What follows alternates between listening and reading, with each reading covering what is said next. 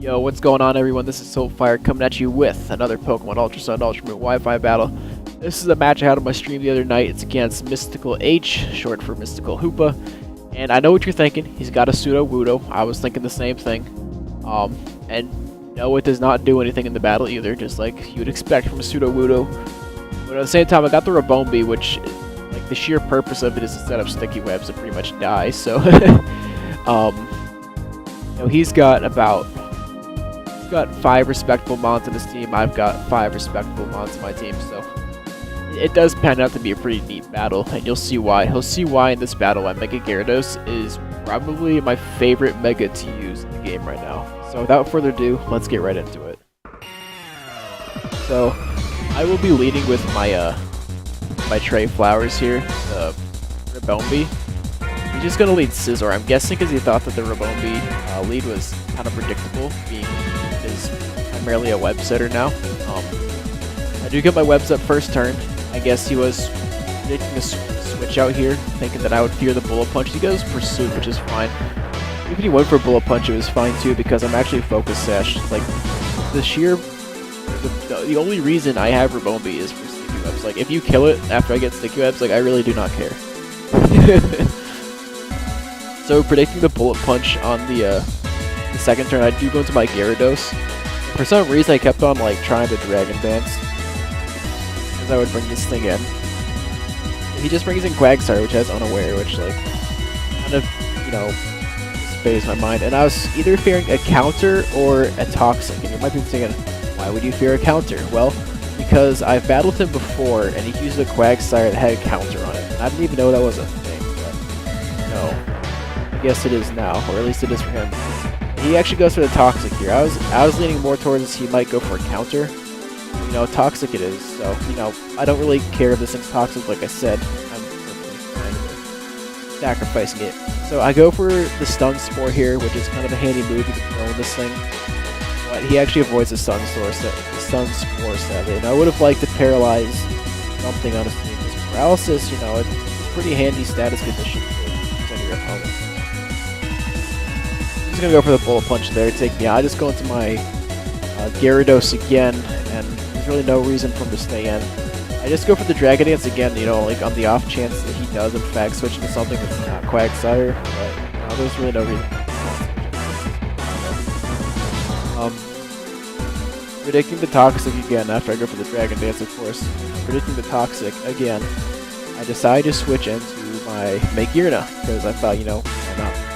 However, he just goes for the Earthquake here, predicting that switching. So that was a really good play on his part. Really game-changing strategy, because Magearna, once I get a Shift Gear up, you know, I can deal with that Mega Aerodactyl, no problem. Just gonna go into the Scizor here. I just go for the all-out pummeling because I wanted to get as much damage as I could onto that Quagsire. So that way it wouldn't become a problem for my Gyarados later on. But in turn, he actually just goes into Scizor, which, you know, that works out too. I think at maybe... at +1 or +2, I can kill that I can kill the Scizor with a Crunch. I might be able to do it at +1, to be honest with you. But all-out pummeling does a lot of damage to it. It's gonna be able to get a Bullet Punch off, and I can tell that this is definitely not banded damage. I know it's not banded damage because he went for 2 moves, like, while he was in, but, you know, still. I think he was maybe Z move, like Z all-out pummeling, or no, Z superpower, the all-out. Yeah. He goes in the Aerodactyl here. Obviously gonna be faster than me, considering I do not have any Shift Gears up on this. And, he's just going for the Aerial Ace, finish me off. And, you know, this Aerodactyl's tricky. I do not have a whole lot for it. So, I do go to Gyarados here, because it's the only thing I can do. The only thing I can do to this Aerodactyl is get the Intimidate off on it, to be honest. So, I went for the Dragon Dance here because I thought maybe I could live a Rock type attack if he's at -1.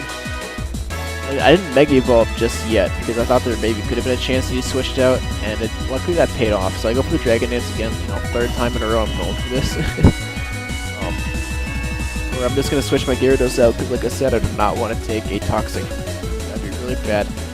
Luckily he does not predict the switch into Excadrill, and he does go for the Toxic. So that's going to allow me to get my Stealth Rocks up, which will at least help me keep this Mega Aerodactyl at bay a little bit, you know. know, kind of threaten him, make him not want to come in as much, because, that'll come a clutch. So right here, I don't really need Larry anymore, so I'm just going to go for the Earthquake, as much damage as I can to this Quagsire. Based on that damage roll, it tells me he's probably not defense invested as much as he is special defensive. So, that's really nice to know for when I have to set up with Gyarados later. You know, he is unaware, so Dragon Dances don't really matter, but, you know, he doesn't have the defense investment. I know I might be kill him with a crunch. Where he's at now. So, I go to the Superior just to scare him out, and I do actually just, you know, hit him with the Leaf Storm to switch in. So he sacrifices the Pseudo Wudo, so it literally did nothing this match. Except, you know, act as death fodder for a fresh switch into the Mega Aerodactyl.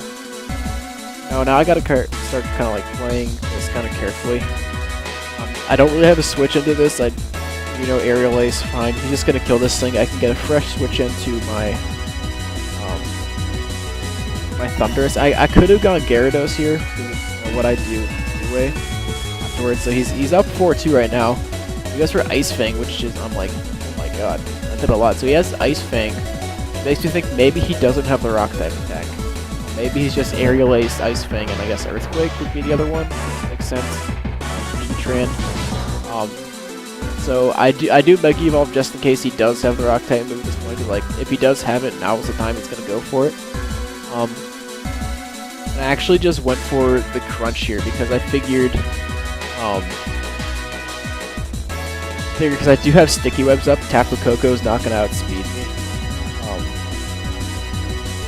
But you know, I'm just looking at the attacks he's doing, and it's like, why is he not going for Aerial Ace? He doesn't have a Rock type move, I guess. So. Like, okay, I'll just get a free Dragon Dance up because I guess I can live anything to throw at me. Perfectly fine. He's gonna get the Aerial Ace off. I do go for the Crunch here. Crunch will be enough to kill this thing.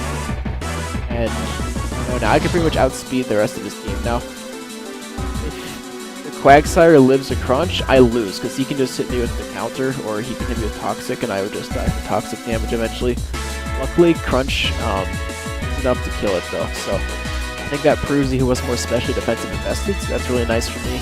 Now, all he has left is the Tapu Koko, which I can hit with an Earthquake, and then after that, I believe it's just Garchomp, which I can hit with Ice Fang. So, you might be wondering why I don't have a Water Stab move on this Gyarados. It's because I don't really need it. I got all the stuff that, you know, like water hits, I can hit with the rest of my team.